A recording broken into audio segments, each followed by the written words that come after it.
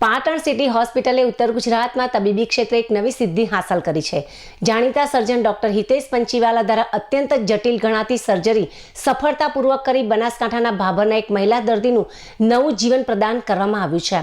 બનાસકાંઠાના ભાભરના રહેવાસી સંગીતાબેન ઠાકોરે આશરે 8 મહિના પહેલા ભૂલથી એસિડ પી લેતા તેમની અન્નનળી સંપૂર્ણપણે બળી ગઈ હતી। સ્થિતિ એટલી ગંભીર હતી કે તેઓ ખોરાક કે પાણી તો ઠીક પણ પોતાનું થૂંક પણ ગળા નીચે ઉતારી શકતા ન હતા। અગાઉ એક ઓપરેશન દ્વારા તેમના પેટમાં સીધી નળી નાખીને પ્રવાહી ખોરાક આપવામાં આવતો હતો। ઉત્તર ગુજરાતની અનેક હોસ્પિટલોમાં સારવાર માટે ભટક્યા બાદ મોટાભાગના તબીબોએ આ કેસમાં હાથ ધોઈ નાખ્યા હતા અને કંઈ નહીં થાય તેમ નથી તેવી આશા છોડાવી દીધી હતી। છેવટે નિરાશ થયેલા પરિવારે પાટણની સિટી હોસ્પિટલના ડોક્ટર હિતેશ પંચીવાલાનો સંપર્ક કર્યો હતો। ડોક્ટરે આ પડકાર ઝીલી લીધો હતો અને જટિલ સર્જરીનું આયોજન કર્યું હતું। આ ઓપરેશનમાં દર્દીના મોટા આંતરડામાંથી નવી કૃત્રિમ અન્નળી બનાવવામાં આવી હતી અને તેને ગળાના ભાગે સાંધો મારીને કુદરતી રીતે ખોરાક લેવાનો માર્ગ પુનઃ કાર્યરત કરવામાં આવ્યો હતો। સર્જરીના 1 મહિના બાદ હવે સંગીતાબેન દાળ ભાત શાક અને રોટલી જેવા તમામ પ્રકારનો ખોરાક સરળતાથી લઈ શકે છે। આજે તેમને હોસ્પિટલમાંથી રજા આપવામાં આવનાર છે। આ પ્રકારની અઘરી સર્જરી બહુ ઓછી જગ્યાએ થતી હોય છે, જે પાટણમાં નિયમિત ધોરણે સફળતાપૂર્વક કરવામાં આવે છે।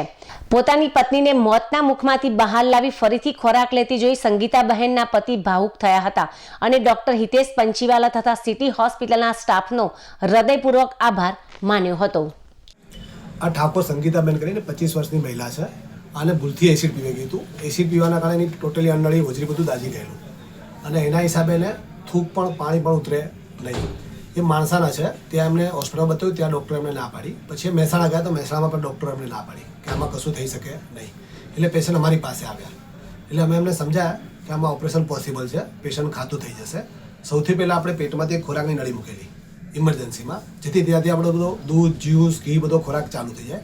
એ ખોરાક અમે લગભગ પેશન્ટને 2 મહિના આપ્યો, એટલે પેશન્ટના શરીરમાં સુધારો થવા લાગ્યો અને પછી અમને પેશન્ટ ફિટ લાગ્યું એટલે અમે એનું ઓપરેશન કર્યું। ઓપરેશનમાં અમે મોટા આંતરડામાંથી નવી અન્નળી બનાવી અને આ નળીને અમે ગળામાં સાંધો આપ્યો। આજે ઓપરેશનને મહિનો થઈ ગયો છે। પેશન્ટ અત્યારે કમ્પ્લીટ દાળ ભાત શાક રોટલી બધું જ જમી શકે છે। તો એ મારે જાહેર જનતાને જણાવવાનું છે કે આ બધા પેશન્ટો જેમને એસિડ પીવાથી અન્નળી ખરાબ થઈ જાય અને ખાઈ પણ શકતા નથી હોતા, નળીથી ખોરાક લેતા હોય, આ બધા માટે ઓપરેશન પોસિબલ છે। આ એક રેર સર્જરી છે, લગભગ 8 થી 10 કલાક ઓપરેશન ચાલતું હોય છે। એમને ભવિષ્યમાં ખાવામાં કોઈ તકલીફ પડતી નથી। અમારા સેન્ટરમાં ઓપરેશન રેગ્યુલર થતું હોય છે। અમે લગભગ 100થી વધારે પેશન્ટોએ નવી અન્નળી બનાવી છે અને બધા જ પેશન્ટો અત્યારે કમ્પ્લીટ છે, બધું જ ખાઈ શકે છે, અવારનવાર અમારા કોન્ટેક્ટમાં રહે છે। એમના ઘરે કોઈ પ્રસંગ હોય તો અમને એમના તરફથી મીઠાઈઓ આવતી હોય છે અને અમને બી ઇન્વિટેશન બી આવતું હોય છે અને એ જાણીને અમને ખરેખર આનંદ થાય છે। ઘણા પેશન્ટ એવા કે 2-3 વર્ષથી થૂક પણ ઉતારી સાથે ડોલ લઈને ફરતા હોય, વારે ઘડીએ થૂક્યા જ કરે અને એ પેશન્ટ જ્યારે ખાતું થાય ત્યારે જે એને આનંદ મળે છે ત્યારે આપણને ખરેખર એવું થાય કે આપણને જો ભગવાને આ કામ સોંપ્યું છે તો આપણે ખરેખર નિભાવવું જોઈએ। એ વખતે અમે એ દિવસે ટોટલી હોસ્પિટલમાં ઘરે બી ટાઈમ આપી શકતા નથી। સવારે લગભગ અમે સર્જરી ચાલુ કરીએ તો 8 થી 9 કલાક કન્ટિન્યુઅસ મારા સ્ટાફ અને બધા ઊભા જોઈએ છે ઓપરેશનમાં। આ બધા ઓપરેશનો મુંબઈ ને એવા મુંબઈ ચેન્નઈ બધા મોટા સેન્ટરોમાં થતી હતી અને એના માટે પેશન્ટ ત્યાં જવું પડતું, ઘણીવાર ખર્ચો બી ત્યાં બહુ હેવી થઈ જતો।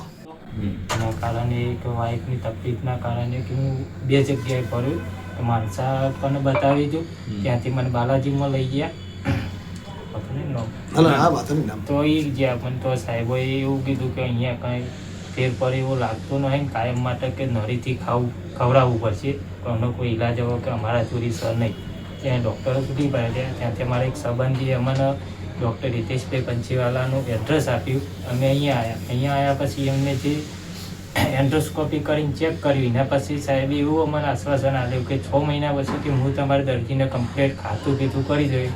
ત્યારે મને એવું લાગ્યું કે ના ભાઈ ડૉક્ટર આવા કે જે અશક્યમય શક્ય કરી શકે ને કે મને એવી ઈચ્છા હતી ને કે ભાઈ આવો માણસ ખાશે નહીં ખાઈ શકે।